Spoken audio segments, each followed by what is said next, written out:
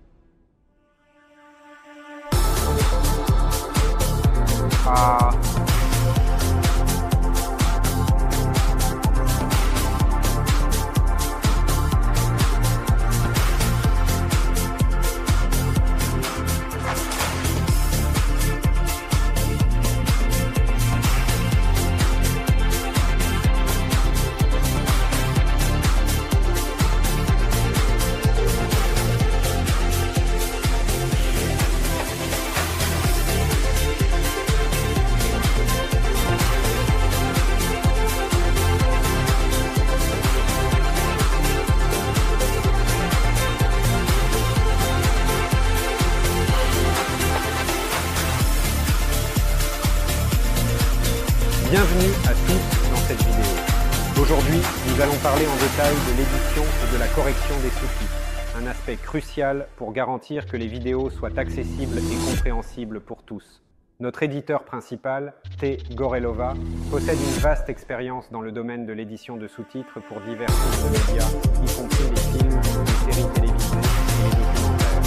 Elle a travaillé sur de nombreux projets importants, tels que les productions cinématographiques internationales et des séries télévisées populaires.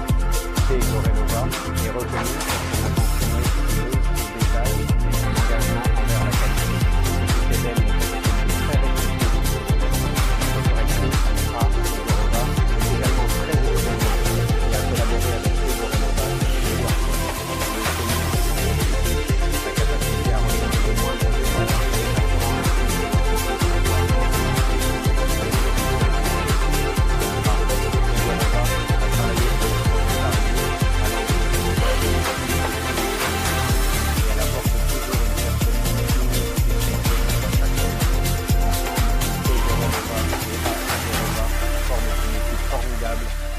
que les sous-titres sont de la plus haute qualité. Amis, bonjour à tous. Nous sommes ravis de vous avoir avec nous aujourd'hui et espérons que vous apprécierez cette vidéo qui vous donnera un aperçu fascinant du monde de l'édition et de la correction des sous-titres. Je m'appelle Pavel Filipov, à mes côtés se trouve Fedor Konstantinov et nous nous rencontrons aujourd'hui lors de notre webinaire du vendredi où nous parlons des nouvelles du projet des dirigeables de nouvelle génération. Répondons à vos questions, donc vous pouvez déjà poser vos questions. Nous y répondrons certainement. Nous nous excusons immédiatement d'avoir manqué le webinaire de mardi où nous devions avoir la présentation du projet, ce qui ne devait pas arriver. Eh bien, aujourd'hui, nous allons justement vous raconter ce qui nous a occupés et pourquoi nous n'avons pas pu assister au webinaire. Comme vous pouvez le voir, il était déjà clair dès le titre que notre webinaire d'aujourd'hui est un peu particulier, car nous le tenons depuis le bureau de la société Novi, qui sera chargé de la construction et de l'exploitation des dirigeables de nouvelle génération, et notre équipe commence déjà à se former. Nous allons parler de tout cela.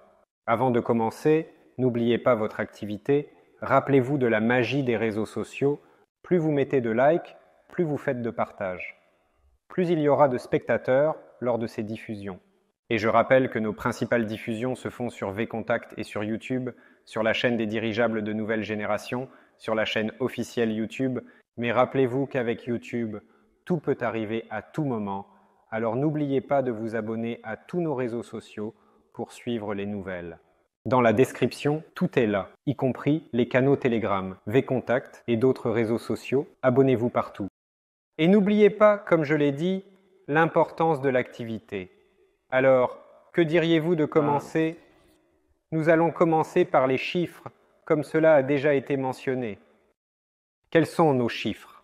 À l'heure actuelle, nous avons déjà 1700 investisseurs dans le projet, même plus. Ce sont les personnes qui ont effectivement investi dans le projet.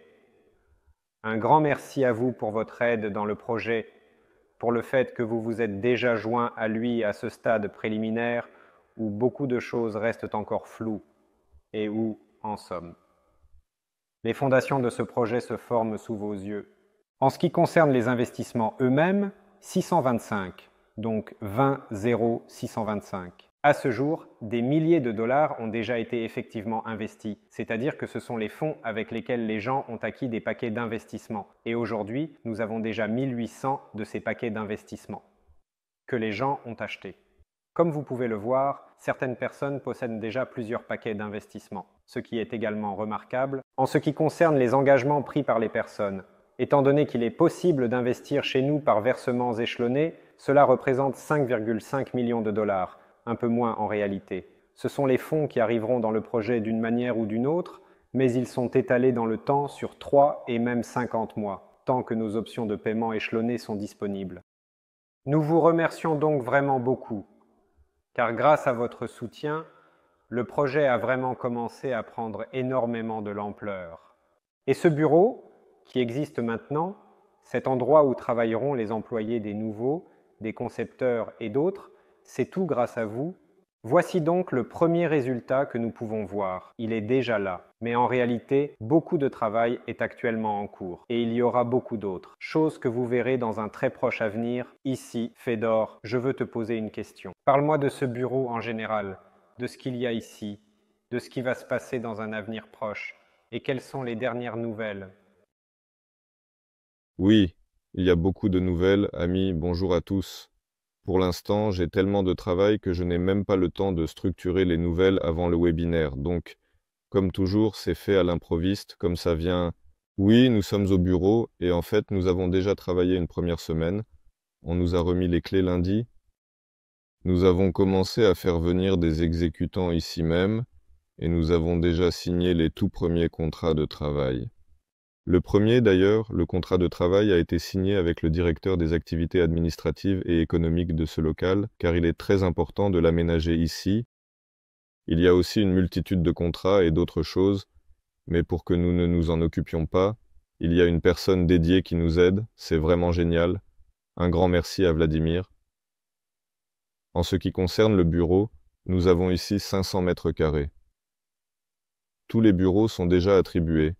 Le service des technologues y sera installé. Ici, il y a une grande salle de réunion que vous ne voyez pas. Ici, les bureaux sont occupés par des avocats, des financiers et des comptables. À la fin, le directeur de la sécurité est assis. Là-bas, le directeur général adjoint des activités corporatives sera assis en personne, bien sûr. Ici, juste devant nous, se trouve le bureau occupé par Sergei Semyonov, avec son service. Là-bas, juste devant, là où je regarde en ce moment, il y a une grande pièce, où des concepteurs et des techniciens sont encore assis. Quelle heure est-il? Vendredi, 17h10. Ils ne pensent même pas à rentrer chez eux, ils discutent justement du projet et des détails du projet. Ruslan est là en ce moment, il est responsable de la production et de la technologie, il s'occupe de tout cela, où cela se passera, pour que tout soit rapide, bon marché et de qualité supérieure. Et Boris Alexandrovitch, qui était déjà avec nous vendredi. Boris Alexandrovitch, il est à la fois dans le passé et dans le présent, le directeur du bureau d'études. Le directeur du bureau d'études n'est pas un concepteur, c'est l'administrateur qui organise tout le travail. Il s'accorde sur la manière dont tout cela va se passer. Il est en effet nécessaire de coordonner le travail du bureau d'études avec la production. En gros, tout le monde a bien compris la situation. Ils s'apprêtent à sortir de la pièce. Ont-ils vraiment fait leurs preuves jusqu'à présent et peuvent-ils continuer à le faire dans les circonstances actuelles?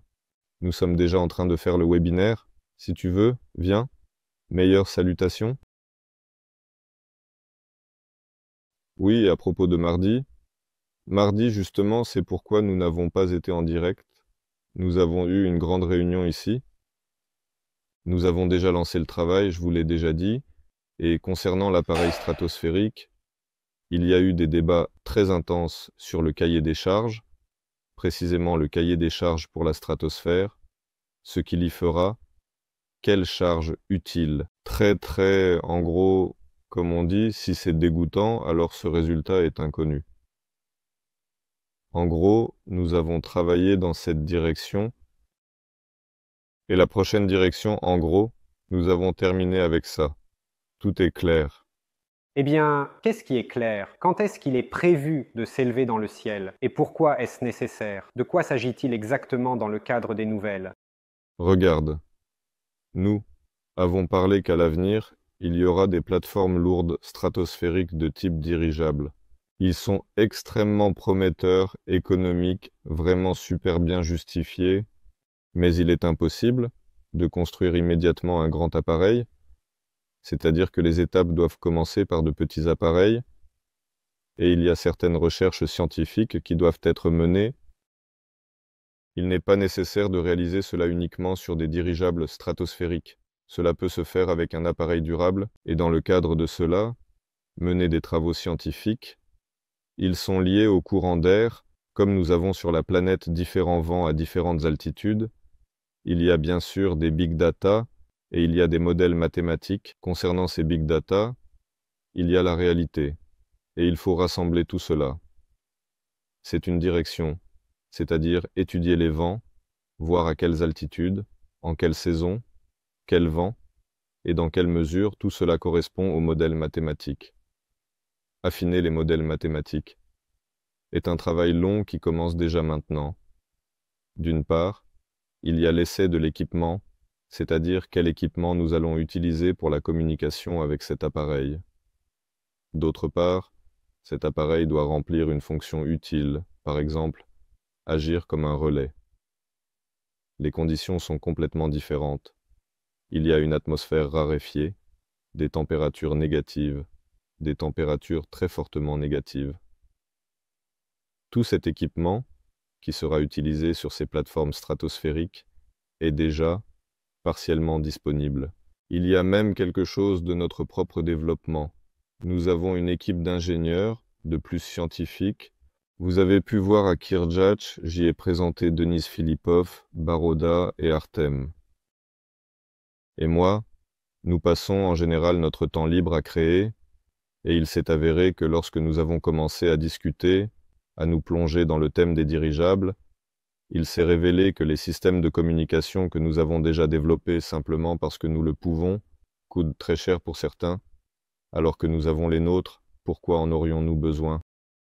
Et les mêmes systèmes de communication, faire monter l'air, voir comment il se comporte là-bas. Il est évident qu'il y a des caméras d'imitation, d'ailleurs nous en avons aussi dans notre laboratoire. On peut y évacuer l'air, régler la température souhaitée et observer comment l'équipement se comporte. Et pour cela, il est nécessaire d'avoir un cahier des charges très clair pour le développement de ce programme, au moins pour la première année. C'est précisément ce à quoi nous nous sommes attelés. En ce qui concerne les prochains lancements, ils sont reportés. Les délais sont décalés vers la droite. Non pas parce que nous ne pouvons pas les lancer, nous pouvons les lancer maintenant, mais parce que nous précisons quel équipement et quel programme d'essai doivent être réalisés. Les lancements auront lieu avant le Nouvel An, 3 avant le Nouvel An, nous devrions y arriver. Il y aura à la fois des lancements rapides et efficaces, d'une durée maximale de 4 heures, ainsi que des lancements de plusieurs jours. Tout cela est absolument... En fait, cela a déjà commencé, je l'avoue. Nous ne filmons pas certains moments concernant la préparation. Les travaux avancent pour le système analogique et les travaux avancent pour le système numérique. À partir de lundi, nous commencerons à créer du contenu et à publier des mises à jour sur l'avancement. Nous allons montrer comment cela évolue. En fait, en ce qui concerne le contenu, je pense que tu n'as pas dit qu'il y aurait un studio ici. Oui, il est prévu d'organiser un studio complet, ce qui permettra de créer beaucoup plus de contenu en général. Il y aura maintenant de nombreuses vidéos expliquant le projet lui-même et sur les dirigeables en général. En gros, tout ce qui est nécessaire, disons, pour la promotion et pour informer tous les intéressés, disons. De plus, une des tâches les plus importantes est de trouver un opérateur pour l'équipe ici à Novi. Il suffit d'un opérateur qui sera toujours présent et qui pourra filmer tout ce qui se passe ici, publier des vidéos, alors il y aura beaucoup plus d'informations. Oui, et en partie, nous allons transférer notre laboratoire ici. Nous aurons, d'une part, un opérateur dans l'équipe, et le contenu, en général, va affluer. Nous allons filmer certaines choses, d'autres non, parce que, eh bien, ce sont des développements après tout. Oui, mais quand Pavel sera l'opérateur?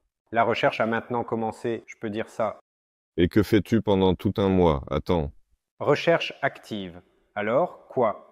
Nous étions en recherche active. En gros, il y a des CV, il y a des candidats. Maintenant, soit on avance avec eux, soit les entretiens vont commencer. Le studio était attendu, maintenant c'est comme si le bureau était prêt, maintenant il semble que l'on puisse déjà commencer tout cela. Et donc, en ce qui concerne le studio, ici nous aurons un studio. Là où se trouvera le service technologique de Ruslan, une partie du laboratoire déménagera. Donc, nous allons souder et imprimer sur des imprimantes ici. Je pense en fait y accrocher vraiment une petite caméra pour avoir une diffusion en direct. C'est assez amusant. Je regarderai moi-même ce qu'ils font là-bas de temps en temps, ou je fais quelque chose là-bas, mais je ne regarderai plus. En gros, c'est très grand. Le volume de travail effectué cette semaine, dont je parlerai naturellement en détail, concerne la formation du cahier des charges et de l'apparence technique du premier appareil, qui n'est pas stratosphérique, mais bien dirigeable, parce qu'il y a beaucoup de solutions techniques et d'idées sur la façon dont cela devrait réellement être de manière approfondie, et tout cela doit être en accord avec le financement du projet. En plus de savoir combien d'argent nous avons reçu, nous devons comprendre, nous ne pouvons pas immédiatement construire une énorme maison d'un côté, et de l'autre côté, nous devons construire un dispositif révolutionnaire qui remplit des fonctions utiles, démontre sa supériorité sur tous les autres, et voilà que la solution tant attendue a émergé. Eh bien, en ce qui concerne l'apparence technique, ses paramètres, caractéristiques, etc., qui seront construits et qui seront achevés et décolleront au cours de la première année de fonctionnement, et son cahier des charges est également si détaillé, et tout cela doit être travaillé, retravaillé, cela va encore nous prendre un certain temps, et nous allons le présenter en détail, créer une présentation, dessiner son apparence extérieure, et montrer toutes ses caractéristiques techniques complètement. Je peux dire tout de suite, comme je l'ai déjà mentionné, il s'agira d'une version entièrement autonome qui sortira du hangar en mode automatique. Les lignes d'ailleurs sera classique pour lui. Il n'est pas nécessaire de construire. Quoi que ce soit de spécial, n'importe quel hangar aéronautique lui conviendra. Il me semble que ce vendredi, oui, j'en ai parlé. Eh bien, tu peux, oui, en reparler. Parce que, si je comprends bien, il y a eu aussi des précisions cette semaine. C'est-à-dire que, en gros, nous parlons de ce que sera le premier dirigeable de nouvelle génération. C'est déjà assez clair, n'est-ce pas? Il est clair qu'il doit, oui, décoller dans un an, oui, si je ne me trompe pas, oui. Et il n'y a pas besoin de beaucoup d'argent pour sa création, c'est-à-dire que ce ne sont pas des centaines de millions, peut-être des milliards. Combien peut-on maintenant appeler ce chiffre? Nous avons préalablement évalué l'ensemble du projet de manière exhaustive et minutieuse, y compris l'engagement de spécialistes externes, l'implication d'organisations externes, ainsi que les matériaux, la capacité du projet, et les essais, le coût total du projet clé en main pour la création de ce qui est encore préalablement estimé est de 1,2 million de dollars environ. C'est une estimation préliminaire. Nous calculons toute cette économie, nous faisons des comptes, mais le prix est déjà fixé, et cela devient un exemplaire unique qui recevra la lettre expérimentale 1. Son certificat sera testé sur le terrain d'essai de Joukovski. Le devis est préliminaire, mais déjà réaliste. Autrement dit, auparavant, lorsque nous examinions le coût de construction de cet appareil, nous incluions également la construction du whaling et bien d'autres choses. Tout était fait à grands traits et le prix était élevé. Maintenant, le prix baisse considérablement et ce qui est le plus intéressant, c'est qu'en localisant notre production, on découvre qu'il y a des dirigeables très astucieux en réalité et en s'immergeant de plus en plus dans l'industrie, on comprend qu'en fait, il est possible de construire un dirigeable assez rapidement et à un coût relativement bas. Encore une fois, je l'ai déjà dit la dernière fois, quand le projet a commencé, les gens avaient cette opinion qu'il s'agissait d'un projet à long terme. Les dirigeables, c'est tellement compliqué, il faut des milliards. Il est clair que dans quelques années, je regarderai ce que vous avez réalisé. De plus, d'ici la fin de l'année, des appareils sous la marque de l'entreprise seront déjà lancés. Même s'il ne s'agit pas encore de dirigeables, ils auront déjà une certaine composante commerciale et potentielle. Et puis, l'appareil volant lui-même dans un an pour 120 millions de roubles, c'est presque de la science-fiction. Oui, bien sûr, tout peut être ajusté d'une manière ou d'une autre. Nous allons regarder et raconter combien cela coûtera au final. Ce n'est pas 1 milliard, n'est-ce pas, comme certains auraient pu le penser. Et c'est le premier prototype, si je ne me trompe pas, en établissant sa série avec un pourcentage de localisation suffisamment élevé, précisément sous la direction de Ruslan, je pense que son prix de série va considérablement diminuer, et cela peut, en fait, être un choc même pour l'industrie. Elle est, bien sûr, à un stade embryonnaire. Mais les dirigeables ont une règle tacite qui a été établie il y a longtemps, très longtemps. Un accord de cartel. Une 1000 mètres cubes de dirigeables coûte $1 million, et ils se sont simplement mis d'accord pour vendre des dirigeables. Combien de mètres cubes avez-vous besoin pour le dirigeable? Ah, 2000, c'est un petit modèle que nous allons construire. Donc, $2 millions au minimum, c'est son prix. Nous comprenons que notre prototype est 2 fois moins cher, et pour la version de série, nous pouvons encore réduire les coûts, ce qui est même devenu un peu effrayant. Mais heureusement, le marché des dirigeables est encore pratiquement inexistant, et ce qui est le plus agréable, c'est que nous pouvons en fait reformater. Même les anciennes structures, plus précisément, il y a des gens qui ne nous remercieront pas pour cela. Par exemple, les Allemands qui vendent leurs appareils à des prix exorbitants, peut-être que les Airlanders au Royaume-Uni ont aussi un prix fou pour eux. Mais d'un autre côté, il y a beaucoup plus de gens qui diront « Merci les gars, c'est un outil vraiment génial pour un prix abordable. Enfin, il est devenu accessible. » Et voici ce dirigeable. On parle d'un an, cela ira plus vite. L'année, ce n'est même pas une question d'argent, c'est une question de temps de développement. 120 millions de roubles, nous attirerons cela beaucoup plus rapidement. Nous ne pourrons pas le concevoir plus rapidement. Cela ira plus vite. Voyons, une année n'est ni un délai optimiste, ni un délai pessimiste. En fait, vraiment, c'est à peu près les délais habituels dans lesquels ce collectif, composé de divers experts et ingénieurs, a déjà construit des appareils technologiques complexes par le passé, en respectant toujours les normes de qualité et de sécurité. Oui, nous nous sommes réunis, nous aurions pu le faire en un an, mais il y avait des questions concernant le financement, des aspects organisationnels et d'autres choses. En gros, nous sommes en retard. Je suis là, genre combien? 2 ans. Non, c'est 1 an et 3 mois. Je me dis, bon, dans l'ensemble, ça va. Nous sommes en retard d'à peu près 1 an. Eh bien, ils disent que, pour une année, c'est un délai normal pour la construction de l'appareil, étant donné que nous n'avons pas besoin de construire un élément pour cela. Ah, il s'avère que la taille choisie, c'est une question intéressante. Elle semble construite à une taille pour entrer dans un hangar standard. Ce n'est pas un hangar, mais un véritable élévateur aéronautique standard. Il y en a beaucoup dans notre pays et dans tous les autres pays. Là, il y a une porte de 12 sur 12, il peut y entrer facilement. Et c'est la solution la plus optimale à laquelle nous sommes enfin parvenus, rapidement. Ce dirigeable est prévu pour fonctionner en mode autonome avec déjà une applicabilité commerciale et d'autres aspects. Et pour son utilisation, nous devons construire un hangar pour le client. Pourquoi? Dans chaque région, il y a des aéroports, des aérodromes et des aérogardes où des hangars sont déjà prêts. À partir de là, l'appareil peut fonctionner tranquillement. Encore une fois, nous construisons la première puissance de cette manière. D'une part, c'est un démonstrateur pour montrer, et d'autre part, pour perfectionner les technologies.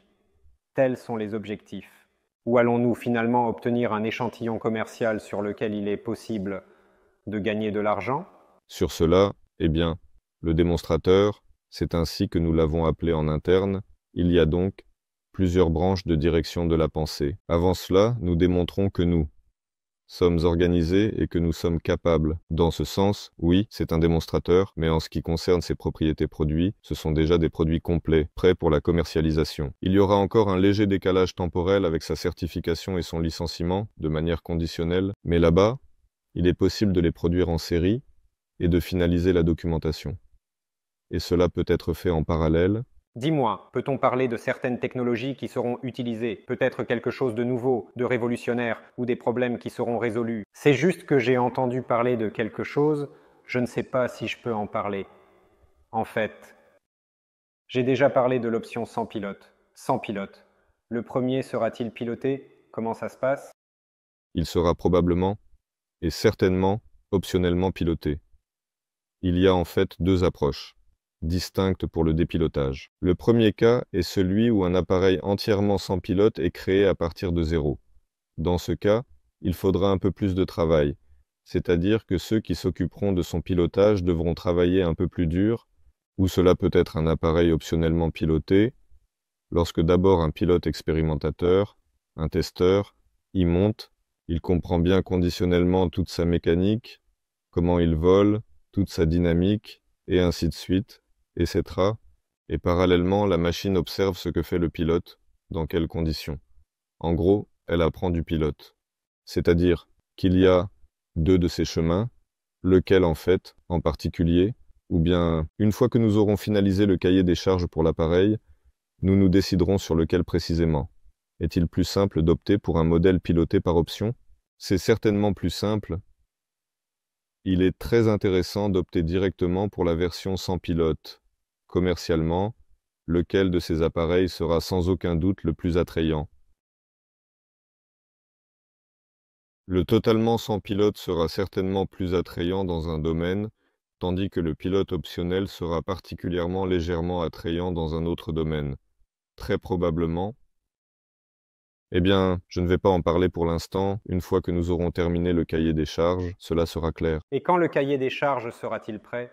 Pourra-t-on le consulter? Ou sera-t-il tout de même un peu secret? Je pense que nous montrerons certainement quelques points principaux, naturellement. Le conseil scientifique et technique dira certainement « Voici ce que nous ne montrons pas, montrez le reste. Tout ce qui pourra être publié le sera naturellement. » Nous avons un public ordinaire qui se divise en deux camps. Certains disent « racontez-nous les détails ». D'autres disent qu'il ne faut donner aucun détail, etc. En gros, nous allons maintenir un équilibre. Oui, ce sera probablement quelque part au milieu. Donc, en gros, c'est super. Il y a une compréhension à la fois du lancement et des appareils stratosphériques, et il y a déjà une compréhension assez détaillée de ce à quoi ressemblera le premier dirigeable de la nouvelle entreprise, quand il sera prêt, combien cela coûtera. Tout cela a été discuté. C'est vraiment génial. Des détails très intéressants se dessinent. Oui, et je pense que c'était intéressant à écouter pour tout le monde aussi. Y a-t-il d'autres nouvelles de ce genre, peut-être sur l'équipe? Tu dis que les premiers employés ont été recrutés. Peut-on déjà mentionner les designers qui font partie de l'équipe? Eh bien, le chef designer de cet appareil de premier type, c'est-à-dire, en effet, Vadim Zubkevich, c'est clairement Vadim Zubkevich. Le directeur du bureau d'études, c'est la personne qui organise toute cette partie administrative, qui rassemble tout le monde lors de la réunion et qui demande comment ça va en général. C'est Boris Alexandrovitch Ivchenko, qui est une figure bien connue dans le domaine de la culture, c'est-à-dire d'abord Boris Alexandrovitch Ivchenko, puis Vadim Zubkevitch. Enfin, d'accord. Ce sont déjà les postes exactement occupés actuellement à l'heure actuelle dans l'entreprise Nova. Il y a encore toujours un grand nombre d'experts et spécialistes qui sont encore actifs dans ce domaine. En gros, la semaine prochaine, Boris Alexandrovitch Ivchenko nous montrera la structure organisationnelle, comment il a organisé tout le monde dans cette structure. Donc, la semaine prochaine, nous verrons. En gros, les 2 personnes sont déjà dans l'équipe, les autres sont également dans l'équipe, mais leurs postes ne sont pas encore définis, n'est-ce pas? C'est en cours de décision. Le mot « poste » est si étrange. Pour l'instant, dans le premier projet, voici le premier type d'appareil. Il existe plusieurs approches pour organiser l'activité, comme la matrice et d'autres. Pour notre activité de projet, le type d'organisation matricielle convient, car il n'est pas nécessaire d'avoir une structure organisationnelle rigide. L'équipe de projet se forme d'un côté et de l'autre. Pour obtenir des licences, des certificats et autres, nous devons suivre la structure classique et après tout, nommer des postes. Et ainsi de suite. Tout ce travail devra également être structuré, car pour pouvoir voler officiellement, il est nécessaire que des spécialistes de Rosaviatsia et d'autres organisations viennent ici, et, pour le dire simplement, validant notre activité. Et c'est donc sur cette base que toute la structure organisationnelle sera nécessairement créée.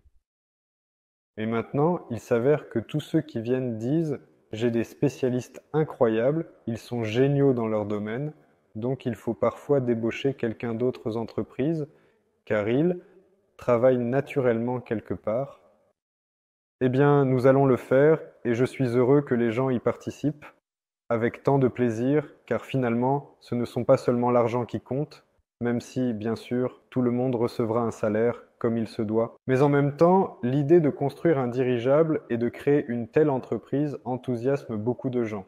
C'est formidable. Oui, beaucoup, très beaucoup. En réalité, il y a un très grand trafic d'appels venant de différentes parties, tant des instituts que d'autres institutions. Les agences d'analytique appellent et disent « Les gars, maintenant nous allons vous indiquer dans quelle direction aller. » Merci beaucoup. Comme si c'était incompréhensible, mais l'intérêt est vivant, l'intérêt est bon, c'est vraiment génial. En fait, le groupe Solar Group a une vision très claire et ambitieuse pour l'avenir, comme on dit actuellement, ce qui est vraiment impressionnant et mérite d'être souligné dans le sens où nous ressentons apparemment ces tendances parce que, eh bien, il semblerait que nous avons vécu notre vie, puis décidé de nous occuper des dirigeables, et il s'est avéré que nous nous y sommes engagés juste au bon moment parce que, je ne sais pas, faut-il mentionner des noms? Oui, certains spécialistes qui ont également été invités dans la nouvelle organisation. Ils avaient vraiment le choix car ils étaient également sollicités par d'autres organisations gouvernementales à ce moment-là pour travailler sur les dirigeables. On ne peut pas en parler. En gros, en réalité, je commets une petite erreur en mentionnant des noms, car tant que cette affaire n'est pas complètement stabilisée, même d'un point de vue juridique, c'est risqué. Eh bien, c'est pourquoi j'ai dit que je ne nommerai pas. Oui, mais par rapport à ce que tu as montré, aussi un document que l'État a donné l'ordre de développer le secteur, maintenant, tout. Eh bien, le document a été donné, d'ailleurs.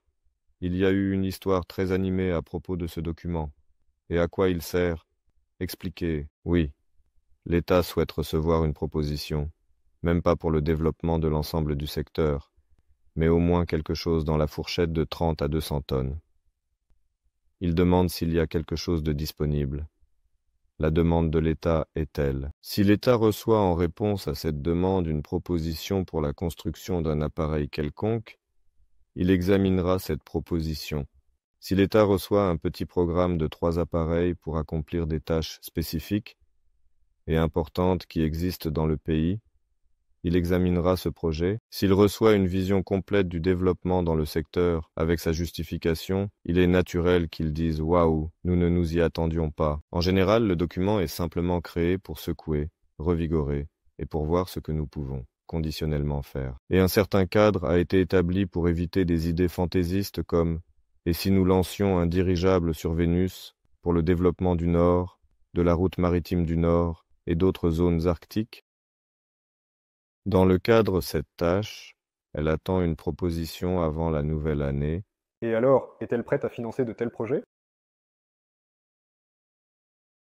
Le développement de soi dans la navigation maritime, c'est dans notre pays, comment dire, même c'est une question de souveraineté politique. Il y a le technologique et il y a le politique, c'est-à-dire que nous devons absolument le développer.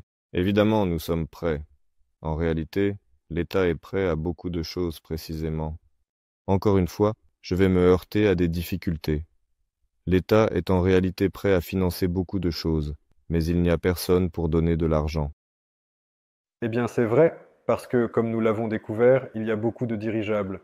Dans le pays, encore une fois, il faut s'organiser de manière efficace. Oui, organiser est aussi un grand talent. Rassembler tout le monde, et le travail accompli au cours de ces mois, voire de ces années, est vraiment considérable pour rassembler toutes les personnes sous une même, disons, marque, dans une même équipe, dans une même entreprise, dans un même bureau. En fait, c'est une tâche, disons, non triviale. Il y a 3 ans, c'était impossible. Ils ne pouvaient même pas se rencontrer, discuter. Là-bas, ça commençait par des disputes. Un, je vais construire dur, l'autre, je vais construire doux. Avec ses moteurs, avec cela. Lequel de ceci, lequel de cela. En général, chacun avait ses propres réflexions à ce sujet. Heureusement, ils se sont organisés. Et que penses-tu alors, si par exemple l'État est prêt à donner de l'argent à Nova, vaut-il mieux les prendre maintenant? Regarde. Avançons comme nous l'avons formulé au tout début de la chaîne de raisonnement logique. Ajoutons quelques détails. Nous investirons un grand capital significatif au moment où notre structure juridique sera prête. C'est-à-dire que si demain on frappe à la porte et qu'on dit « Voici de l'argent important de l'État, de la corporation », nous ne l'acceptons pas. Idéalement, cela devrait être fait après le démonstrateur. Faire décoller le démonstrateur, et nous savons déjà avec certitude qu'en prenant certaines obligations financières, nous les remplirons. D'une part, et d'autre part, nous savons avec certitude que notre structure juridique est stable et qu'il ne lui arrivera rien, quoi qu'il arrive avec ce projet. Nous avons démontré que nous en sommes capables, nous pouvons le réaliser, et nous avons eu suffisamment de temps pour tout faire en toute sécurité. Je ne dis pas que j'ai peur de la Russie. En fait, tout le monde comprend vraiment parfaitement. Absolument. Eh bien, il convient de préciser encore une fois que cela a déjà été évoqué. Donc, si nous allons dans cette direction, cela signifiera qu'une certaine entreprise distincte sera créée, un projet ou un appareil spécifique, et cela pourrait être, par exemple, une filiale de Nova qui recevra cet argent de l'État, mais cela signifie qu'aucune part ne sera diluée ici, même s'il y a un grand capital ou une subvention, cela se fera dans le cadre d'une entreprise distincte. Par conséquent, il est également avantageux pour les investisseurs si Nova crée maintenant une filiale à laquelle l'État a donné 1 milliard de roubles en disant « S'il vous plaît, construisez-nous un dirigeable ». Ici, tu sais aussi que la nouvelle entreprise dans un état nu ne donne pas d'argent. En réalité, tout dépend de l'équipe, de la manière dont elle fonctionne ensemble, de sa cohésion et de son efficacité à mettre en œuvre des solutions techniques. Tout le reste peut être négocié. Fille, pas fille, on donnera dans le zéro, on ne donnera pas, tout cela viendra plus tard. En gros, de telles options existent. L'État, disons-le ainsi, aimerait. La question est de savoir si, à part nous, personne ne pourra le faire. Plus précisément, probablement, c'est exact. Oui. Le crowdfunding est le moteur de ce projet. Tout le monde le comprend parfaitement. Tout argent public prend certainement bien du temps et parfois même coûte cher. Oui, et approuver un certain programme est tout simplement vraiment bureaucratiquement compliqué. Et je veux dire que même si nous ouvrons cette possibilité après le démonstrateur, il pourrait encore falloir 1 année, voire plus, pour obtenir une seule approbation. tant que sera là. Il est évident que ce sera un appareil destiné à une tâche spécifique, et cette tâche spécifique aura un certain nombre de co-exécutants, de bénéficiaires et d'autres. Et pendant que toute cette machine se met d'accord, nous, qui sait, nous pourrions déjà lever un appareil plus sérieux dans les airs. Alors, eh bien, vivons et voyons, certainement, bien sûr. Y a-t-il encore quelque chose à encore raconter sur ce qui s'est passé? Oui, tout est possible? À propos de la publicité sur le dirigeable, est-ce qu'il y a une idée comme ça? Non. En fait, je n'ai vraiment pas envie de faire un dirigeable comme tout le monde le fait, en le vendant à une seule entreprise qui y met Goodyear ou quelque chose de similaire. C'est comme si, tu sais, ce n'était vraiment pas beau. Oui, il y a une idée sur comment faire quelque chose de génial. En général, dans les projets précédents, et dans de nombreux projets, on crée parfois une sorte de tableau d'honneur, où sont inscrits les noms de tous les participants, de tous les investisseurs, ou un plafond d'honneur comme le Skyway. Il y a l'idée de faire le premier dirigeable en mode pixel. En gros, même sans entrer dans les détails.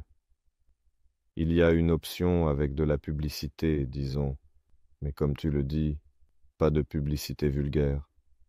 En fait, achète même le premier appareil, purement hypothétiquement. Oui, il y a en quelque sorte une idée. Oui, de ne pas mettre une grande inscription. Oui, de le faire un peu différemment. Peut-être que nous en parlerons plus tard. Oui, de ce à quoi cela pourrait ressembler. Oui, l'idée la plus banale pour commercialiser un dirigeable est de vendre de la publicité dessus. Elle est à tout le monde, c'est-à-dire que ce n'est pas du tourisme, ni du transport de marchandises, mais simplement vendre de la publicité dessus. Mais vendre aussi bêtement un dirigeable menstruel, juste pour qu'il soit publicitaire, c'est évident comme un complément, un outil de gain, d'accord.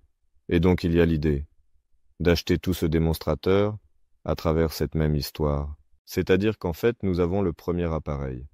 Ce n'est pas que, en gros, il n'a pas encore commencé à remplir sa fonction directe de livraison de marchandises pour le client, mais il génère déjà des bénéfices pour les investisseurs. Alors dites-moi s'il vous plaît, est-ce que la diffusion est en cours ou pas? Regarde, ça se passe sur VKontakte. Oui, parce que j'ai vraiment l'impression que quelque chose ne va pas. Sur YouTube, il me semble qu'elle est certainement tombée depuis très longtemps. Et puis tant pis, regardez sur VKontakte donc. Donc il y avait contact, n'est-ce pas? Oui, tout va bien, bien sûr. Eh bien, c'est merveilleux. La diffusion est en cours, il écrit sur VKontakte, regarde, ici, Pavel Akhmedov demande, un moteur thermique ou une turbine pour tourner le générateur et les hélices feront tourner des moteurs électriques. Raconte-moi où tu as placé les micros dans le bureau. Faites-le directement sans pilote, ce sera plus simple à reproduire. Je suis complètement d'accord. Il sera plus facile de le reproduire, mais de manière optionnelle, avec un pilote, ce qui est important dans de nombreux domaines, c'est-à-dire que parfois, un pilote est vraiment nécessaire. Il est évident qu'un appareil sans pilote peut être envoyé pour accomplir une mission. Mais parfois, la charge est tellement responsable qu'il vaut mieux avoir un pilote. Pache, ils écrivaient sur YouTube, sinon tu as un traumatisme. J'essaie de vérifier, mais je vais regarder encore une fois.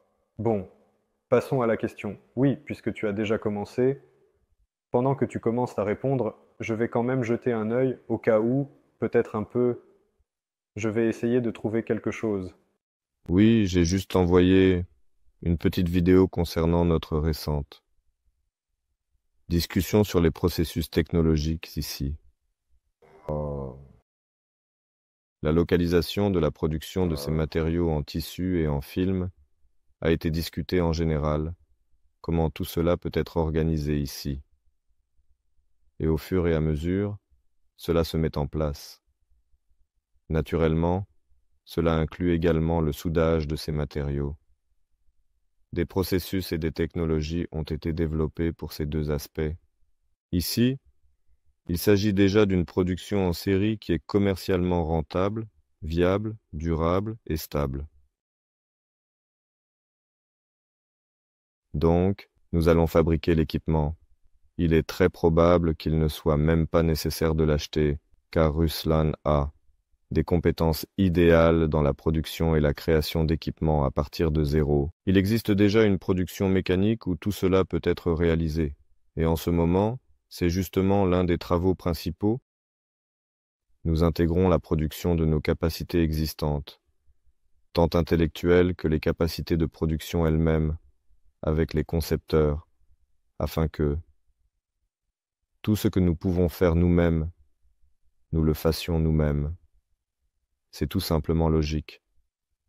Et tout ce qui sera fait quelque part à l'extérieur, dans une large coopération, afin que nous ayons accès à ces technologies, pour conditionnellement sa future localisation, la question de la localisation future n'est pas urgente, bien sûr, mais il est important de garder cela à l'esprit même dans les contrats que nous signons avec les entrepreneurs, les sous-traitants, et ainsi de suite.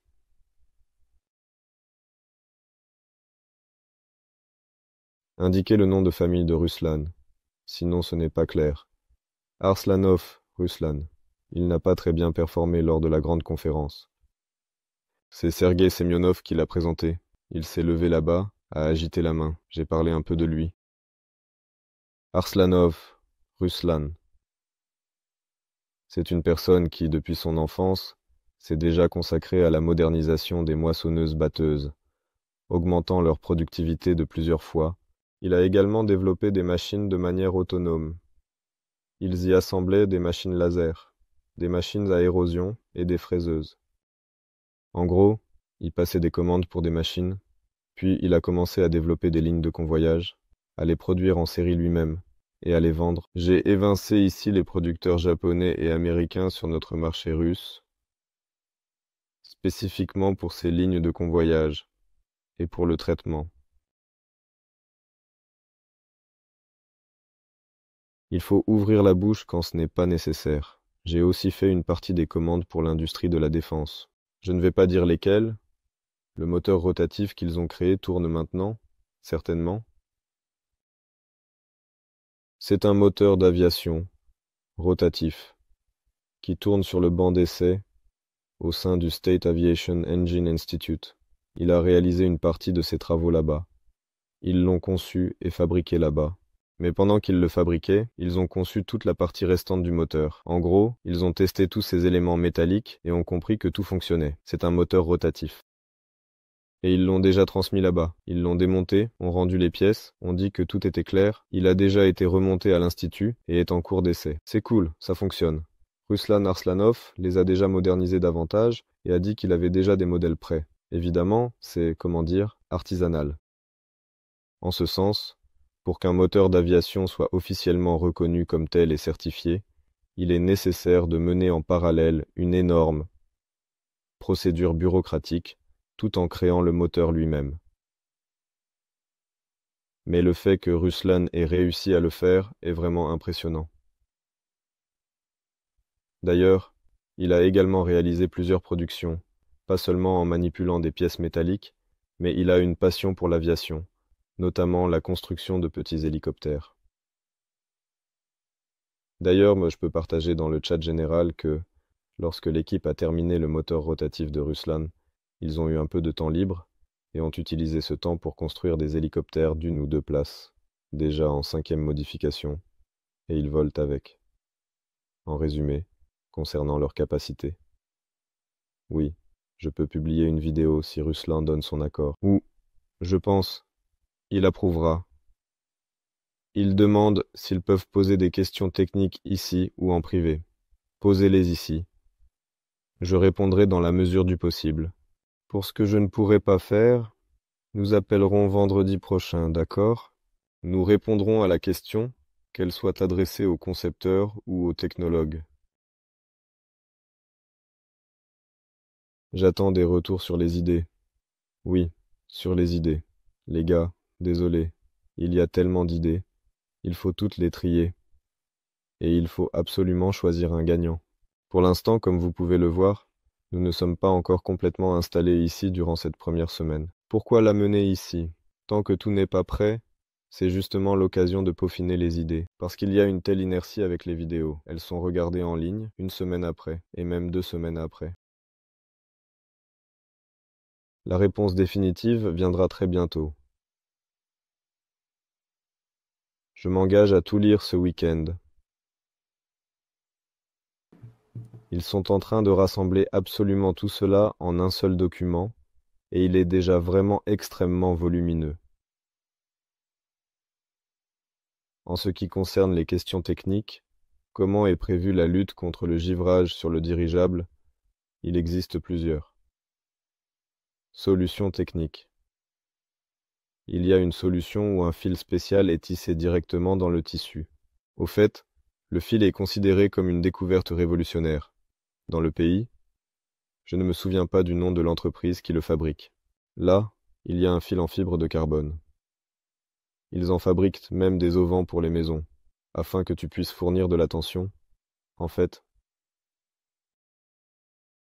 le courant est plus précis, et la neige a fondu. Il existe une solution pour intégrer de tels fils dans une enveloppe générale. Et là, avec une consommation minimale, l'enveloppe sera chauffée. On peut également y diriger de manière efficace et efficiente de l'air chaud provenant des mêmes moteurs et générateurs, en toute sécurité. Il est impératif d'avoir un revêtement hydrophobe, qui empêchera en général l'accumulation d'eau. De plus, la technologie existante. Des avions consistent à traiter le fuselage avec un composé spécial. Il est probable que la solution sera combinée, soit 1 plus 2, soit 2 plus 3, soit tout ensemble. Tout dépendra de la tâche et de l'appareil où il est utilisé. Il est évident qu'ils ne sont pas nécessaires pour l'Afrique, bien que s'ils sont de haute altitude, alors ils sont nécessaires. En général, chaque appareil aura sa propre zone, sa fonction, où il est utilisé, où il fonctionne, et les conditions seront différentes partout. Pour chaque condition spécifique, des types particuliers seront sélectionnés. Dans certains cas, il suffira de chauffer, tandis que dans d'autres, la chaleur des moteurs sera suffisante. Il est évident que sa surface est énorme, donc cette convection, toute la chaleur sera absorbée par lui, mais il y aura suffisamment de cette chaleur de bord qui est générée sur place simplement par les éléments associés, des agrégats, des moteurs, des générateurs et autres. Dans certains cas, cela ne sera pas suffisant et il faudra créer des systèmes supplémentaires, allant jusqu'au chauffage magnétron du gaz à l'intérieur des sacs et fabriquer des plasmatrons. Pourquoi pas? C'est une solution suffisamment efficace. Quel gaz est dans l'enveloppe? Hélium. Par la suite, dans les versions sans pilote, dans la stratosphère, hydrogène. Il n'y a pas de danger qu'il se mélange avec l'oxygène, car il n'y a pas d'oxygène et il explosera, mais principalement de l'hélium, encore de l'hélium. Commençons par le volume de l'enveloppe. Y a-t-il des données? Le premier appareil fait 2200 mètres cubes, mais il y a une delta sur son étirement et autres. Dans des cubes, Pavel suggère que la société Ampertex fabrique des chauffages. Enfin, c'est d'eux que je parle.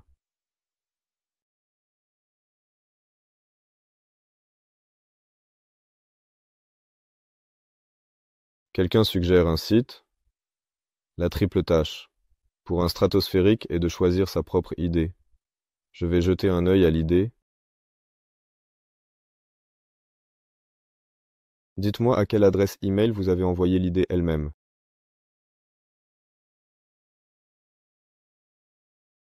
Alors, regarde, j'ai trouvé des questions pour l'instant sur YouTube. Oui, d'ailleurs, les amis, la diffusion sur notre chaîne principale semble avoir échoué de manière irréversible. Mais sur Solar Group, la diffusion se poursuit, donc je vais lire les questions d'ici. Malheureusement, je ne vois plus les autres questions. Voici une bonne nouvelle. Bien que l'une de nos diffusions ait été annulée aujourd'hui, nous avons tout de même battu un record de participation à nos webinaires. Un grand merci pour cela. Je remarque de toute façon que le public s'est légèrement déplacé vers d'autres plateformes. C'est génial, génial, car à chaque webinaire, je dis pratiquement que c'est un record, un record, un record. Nous avons de plus en plus de spectateurs à chaque webinaire. Mais cela montre que nous faisons tout correctement. Le projet devient de plus en plus intéressant. Je pense que les gens commencent simplement à mieux comprendre ce qui se passe et observent avec intérêt. Alors, eh bien, passons aux questions. Vous dites qu'il n'y a nulle part où dépenser de l'argent pour les dirigeables. Je ne sais pas où nous avons dit cela. D'autre part, le projet Souvelmash, Tiajaristov et Lobov passe en production depuis la Russie. On dit qu'il n'y a pas de demande. Ah, il n'y a pas de demande. Peut-être que cela signifie qu'il déplace la production en Chine. C'est incompréhensible, provocateur, illogique. Je ne sais même pas, ce n'est pas une question, c'est une semi-affirmation, juste avec un point d'interrogation. Oui, alors dites-moi, s'il vous plaît, vous allez attirer 2,5 ou 1 million de dollars. Au démarrage, quand aura lieu la première étape, eh bien pour l'instant, nous parlons d'1 million de dollars, gardons cela à l'esprit. Si quelque chose doit changer maintenant, nous vous informerons ce qui peut changer ici. En principe, nous en avons parlé aujourd'hui, à savoir qu'en ce moment, le cahier des charges est en cours de clarification, toutes les estimations sont travaillées plus en détail, et à partir de cela, il sera déjà possible de comprendre combien de financement est nécessaire pour achever ces premiers travaux. Alors nous pourrons ajuster tous ces montants. Ensuite, tout sera clair, car la première étape sera déjà en place. Le pré-lancement se déroulera, il n'y aura plus de changement de ce type. Quels sont les problèmes dans la construction et l'exploitation? Pas de problème, ce sont toutes des tâches, principalement organisationnelles et techniques. On peut souligner que le problème réside dans le licenciement et la certification, mais ce n'est pas non plus un problème. Tout cela a été fait et continuera d'être fait. Vous savez, en fait, en tant que personne qui aime vraiment inventer des choses de mes propres mains, j'ai une question. Je peux assembler un appareil, par exemple un moteur, par exemple. Cela fonctionnera, mais la tâche elle-même consiste à créer une pile de papier pour cela. Je ne fais même pas de dessin, je me concentre principalement sur l'impression de modèles 3D.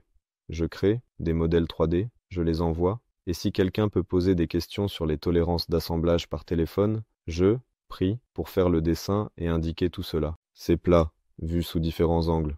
J'aime beaucoup. Et bien sûr, il y a des personnes spécialement formées pour cela. La certification et la délivrance de licences sont des procédures assez complexes, mais ce n'est, encore une fois, pas un problème. C'est une tâche organisationnelle qu'il faut résoudre. En ce qui concerne la production, je pense qu'il n'y a absolument aucun problème. En ce qui concerne la conception, il n'y a absolument aucun problème. Encore une fois, il y a un problème organisationnel pour convenir du type suivant. Car même maintenant, nous disons mardi que le prochain sera un modèle de 10 tonnes, mais cela pourrait aussi être 6.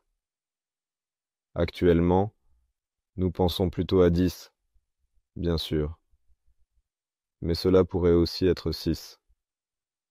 C'est un problème, car nous avons commandé une multitude d'informations analytiques concernant les marchés de transport et les branches logistiques où tout cela s'écoule, quelle part peut être prise ou non, etc.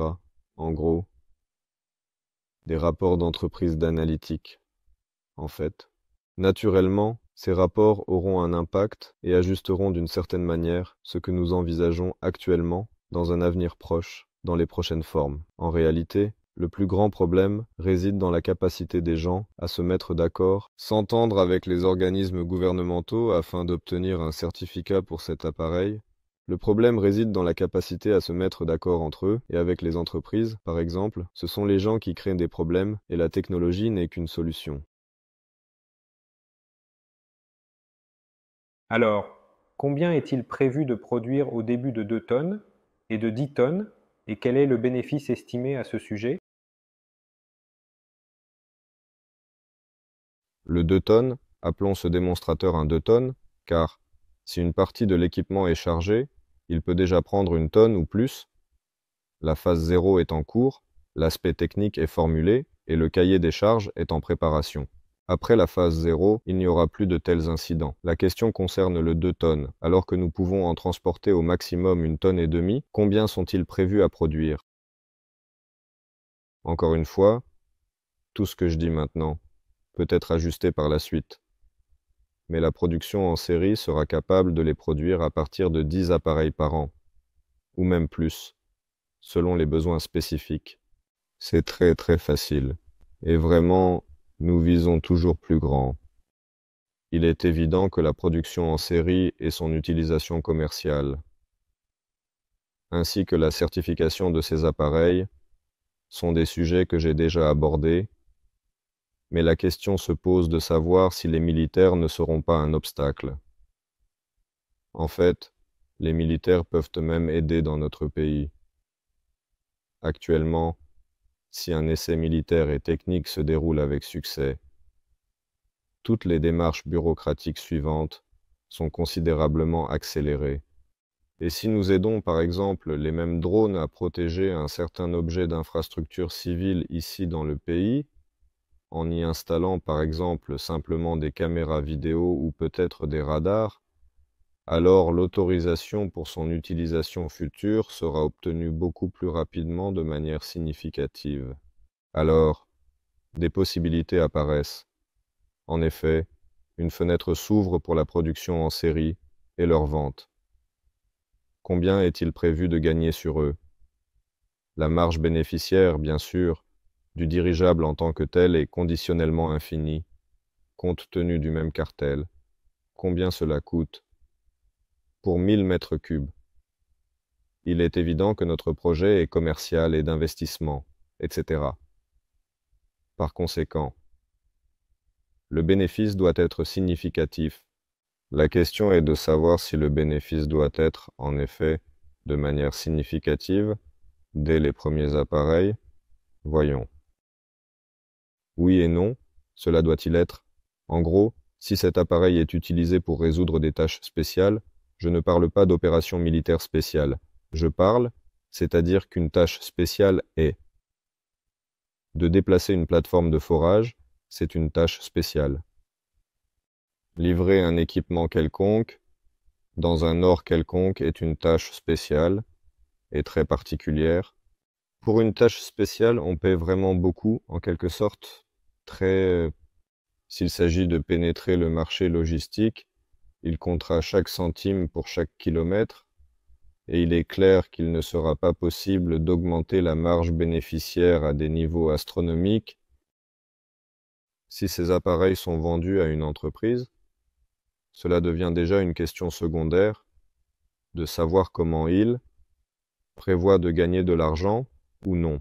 Les négociations sont en cours avec eux. Tant qu'ils trouvent ces appareils rentables à acheter, nous pouvons augmenter le prix, augmenter et augmenter conditionnellement. Oui, je pense que nous présenterons certainement des plans d'affaires concrets pour cet appareil d'ici la fin de l'année, et nous espérons, pour les 10 tonnes, il n'y a que de grandes lignes, conditionnellement sur des tableaux de 3 pixels, indiquant que nous serons capables de les produire un par mois, que leur coût de production sera inférieur à celui du Mi 8, et qu'ils pourront être vendus à un prix plus élevé. En nous basant sur cela, nous avons calculé que le bénéfice de ces appareils sur une année, comme indiqué dans la présentation de mardi, est d'environ 300 millions de dollars par an. Oui, c'est bien cela.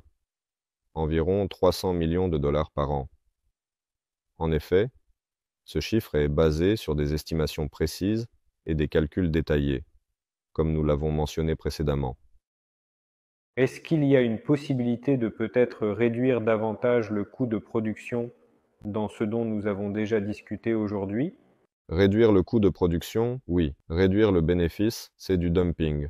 En théorie, d'un côté, comme cela a toujours été dans l'aérostation, construisons un dirigeable, vendons-le au prix le plus élevé possible, et nous gagnerons beaucoup d'argent. Mais il faut comprendre qu'on peut créer 3 dirigeables et les vendre très cher. Tu étouffes l'industrie, des produits de masse, tu étouffes l'industrie. Et ici, c'est un peu comme un pari où, comme Elon Musk, vraiment un gars génial, je me réfère très souvent à lui, a fait, il a pris et a plié toute l'industrie spatiale. Bon, d'abord avec les voitures électriques, c'est clair. Là, ce n'est pas si simple. En ce qui concerne l'espace, tout est clairement défini. Notre camion Proton, russe, était la fusée la moins chère. Et puis Elon Musk a réussi à réduire le coût des lancements à un tel point que simplement pris tout le marché. Il a d'abord eu beaucoup d'essais, certains réussis, d'autres non. et ainsi de suite.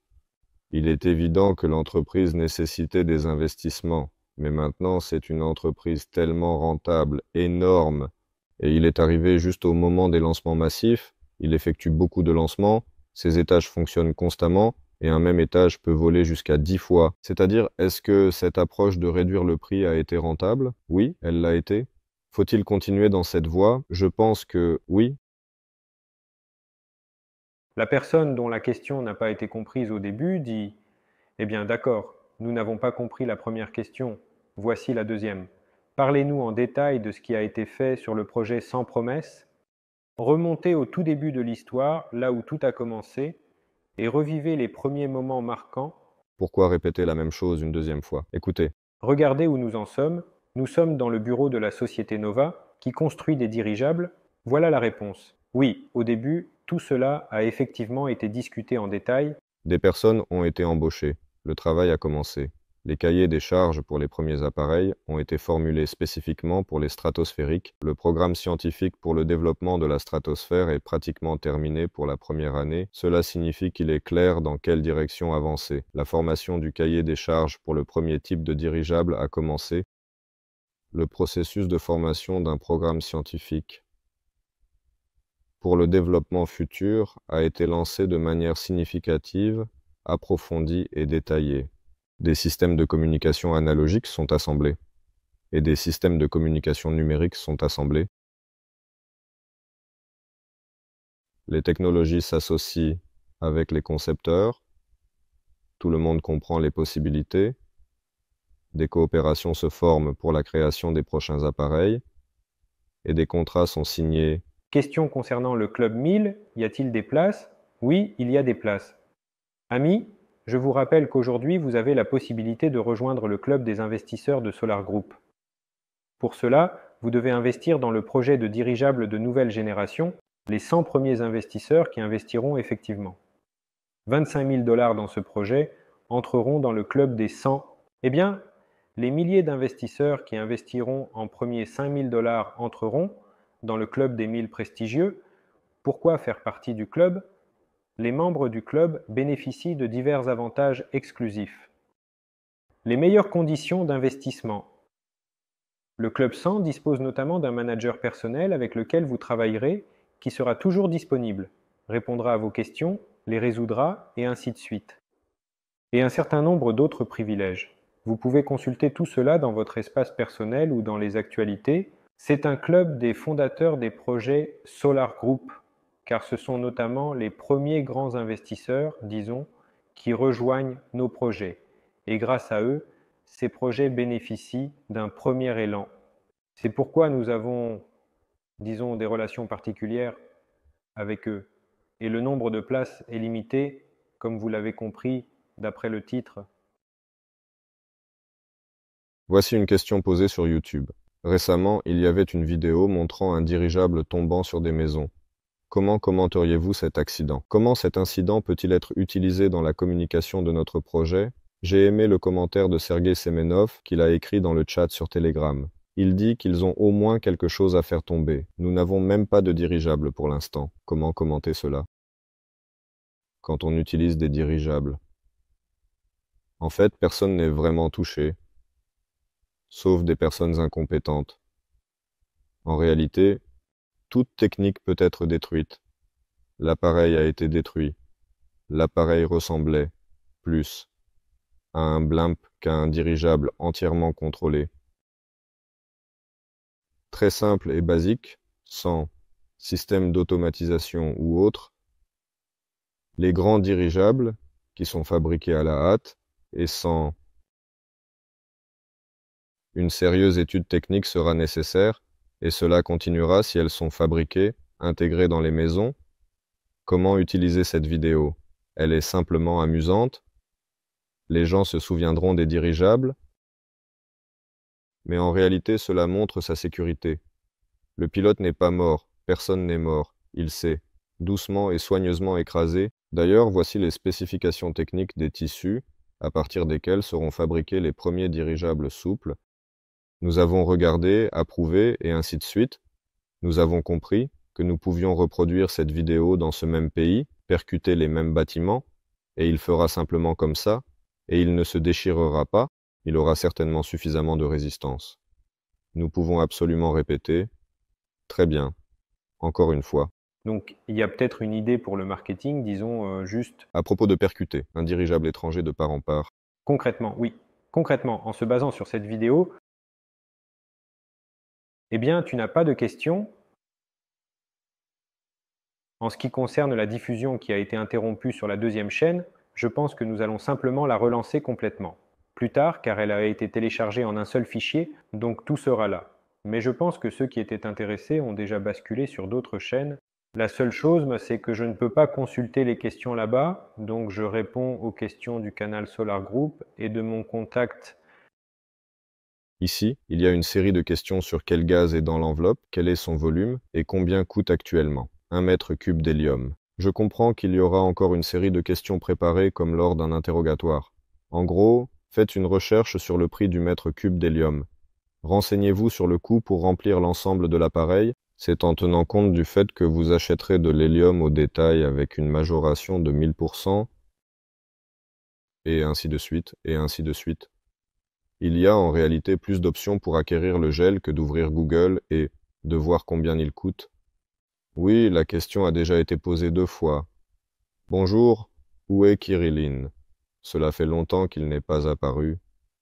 Tout va bien avec Alexandre Nikolaïevitch. Il est en train de se rétablir. Comme ce cardinal gris voulait dire en général chez lui dans cela. Dans le palais, il était en fait prévu qu'il parte un peu plus pour s'occuper de sa santé, là-bas dans le sanatorium. Tout le monde a vu ce qui s'est passé. Avec sa jambe, Alexandre Nikolaïevitch, en réalité, il courait, sautait et était en pleine forme tout ce temps, jusqu'à ce moment-là où il a dû déménager d'un étage à un autre à l'EMAI. Évidemment, des étudiants l'ont aidé à porter des tables, des chaises et autres. Il a pris la documentation la plus précieuse pour lui-même. Il a pris beaucoup de choses, puis quelque chose s'est passé avec son pied. Au début, ça allait, puis ça a continué avec son genou. Et il y avait déjà quelque chose avec le genou. Enfin, en gros, la douleur a remonté. Je ne comprends pas, mais moi je comprends. Là, c'est probablement juste des tendons qui ont sauté. Et ensuite, ça a tiré sur un autre, comme d'habitude. 1, 2. Il a commencé à se faire soigner par un certain académicien, un docteur. Ils ont fait quelque chose là-bas, ça s'est bien passé, à la conférence, mais Kermik avait des difficultés à se déplacer. Nous sommes récemment allés lui rendre visite. Il va déjà mieux, il se déplace avec une canne. En gros, il se rétablit. Il sera bientôt de retour, très bientôt.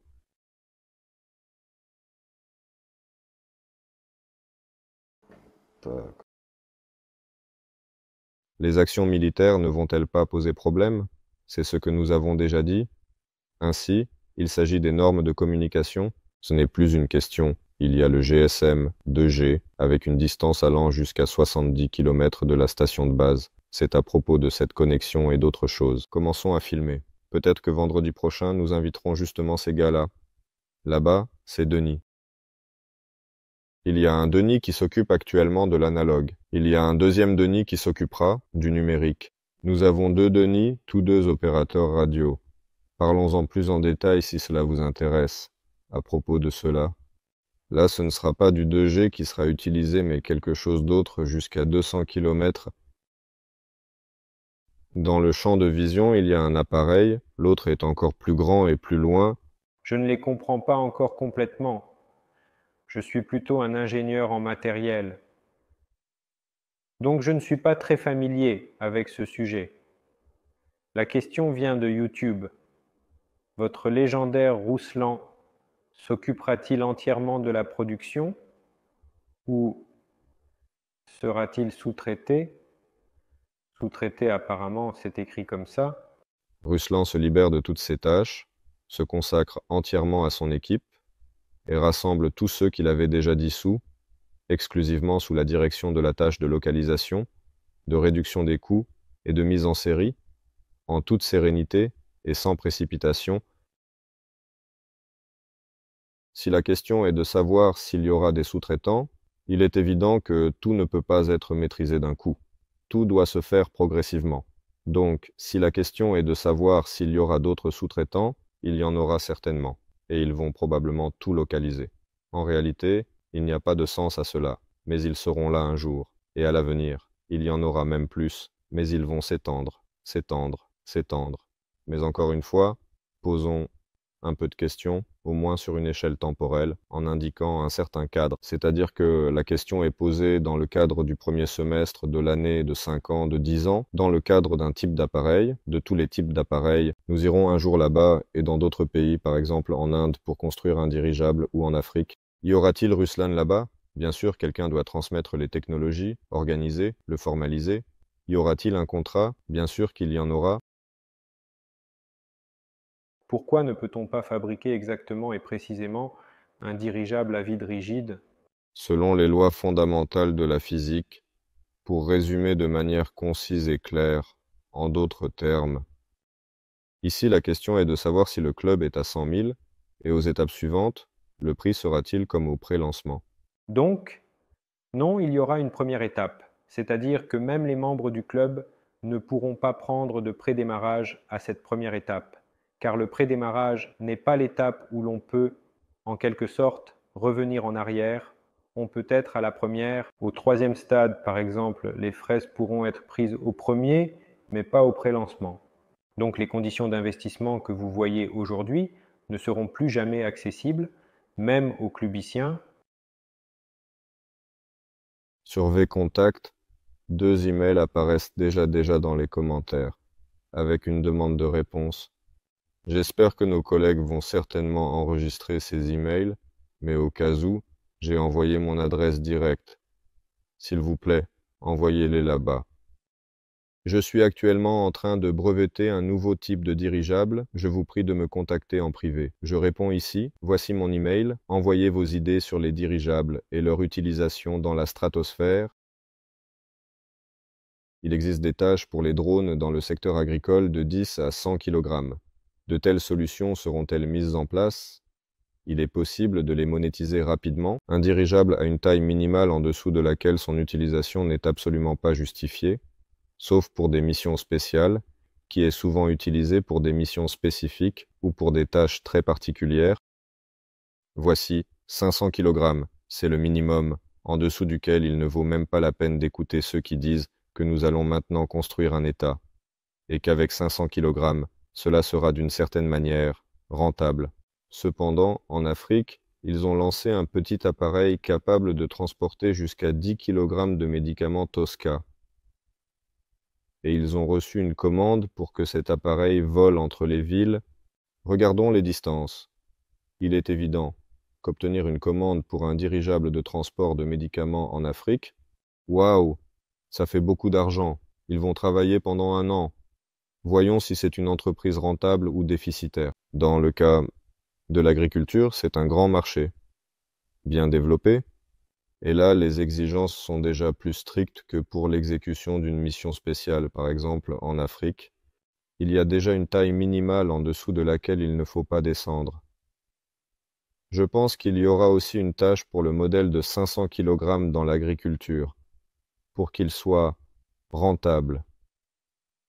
Bon, eh bien, les questions sur VContact sont terminées. Sur YouTube aussi, du moins sur la chaîne Solar Group. Comme je l'ai dit, la plupart des questions concernent les moteurs Duino, mais nous avons rétabli ou non la diffusion là-bas. En effet.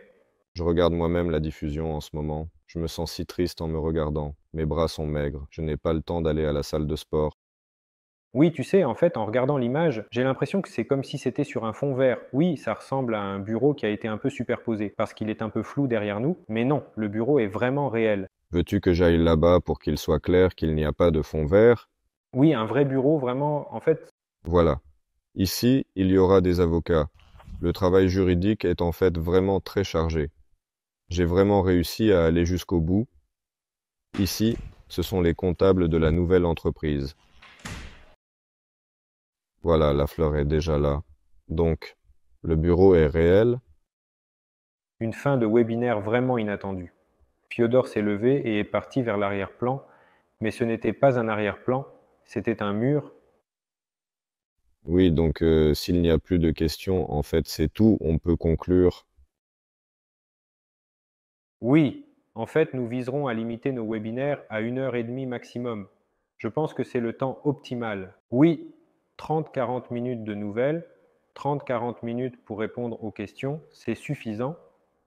Voyons comment nous allons réussir à le faire. Je tiens à vous remercier pour nous avons, une fois de plus, un nombre record de participants à notre diffusion. Nous sommes heureux que vous compreniez le projet et que vous soyez intéressés. Nous allons essayer de ne plus manquer de retransmission maintenant que nous avons un bureau. Il est plus facile d'entrer dans la pièce voisine. Et oui, en raison du fait qu'il y a vraiment beaucoup de travail concret, il est actuellement difficile de se préparer pour les webinaires de vendredi, de préparer des sujets super intéressants, de réfléchir à ce que nous allons raconter ou discuter. Notre département de contenu, représenté par Alexei Romanov, nous tape déjà sur les nerfs en disant qu'il a besoin d'un plan, qu'il a besoin d'invités. Que faites-vous? Nous comprenons tous très bien et nous organiserons tout ce travail, bien sûr, dès que cette situation sera structurée. En attendant, vous pouvez proposer des sujets. Vous souhaitez parler vendredi prochain. Ce sera davantage axé sur le dirigeable.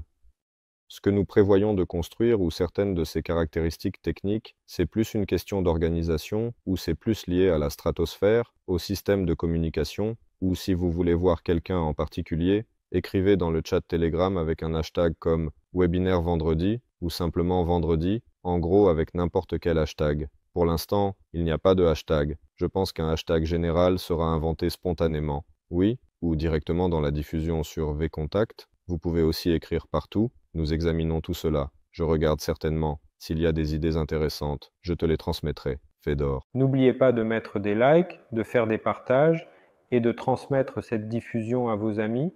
Elle sera disponible en replay avec le même lien. Ensemble, le projet avancera certainement et absolument sûrement.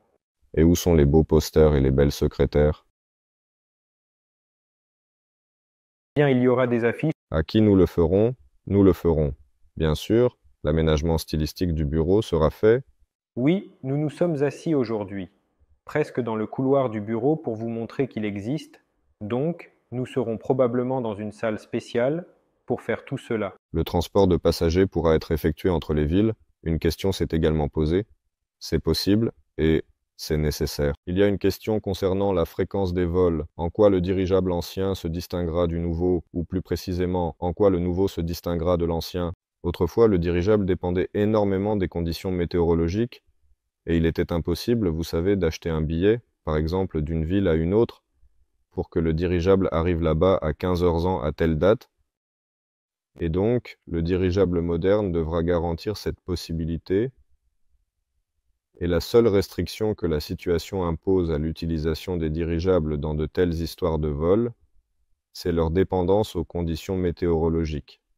Certainement, mais la dépendance météorologique est un vestige du passé. Je pense que les dirigeables modernes pourront y faire face, donc oui, tout est possible. Et sur cette bonne note, où tout est possible et qu'il n'y a plus de questions.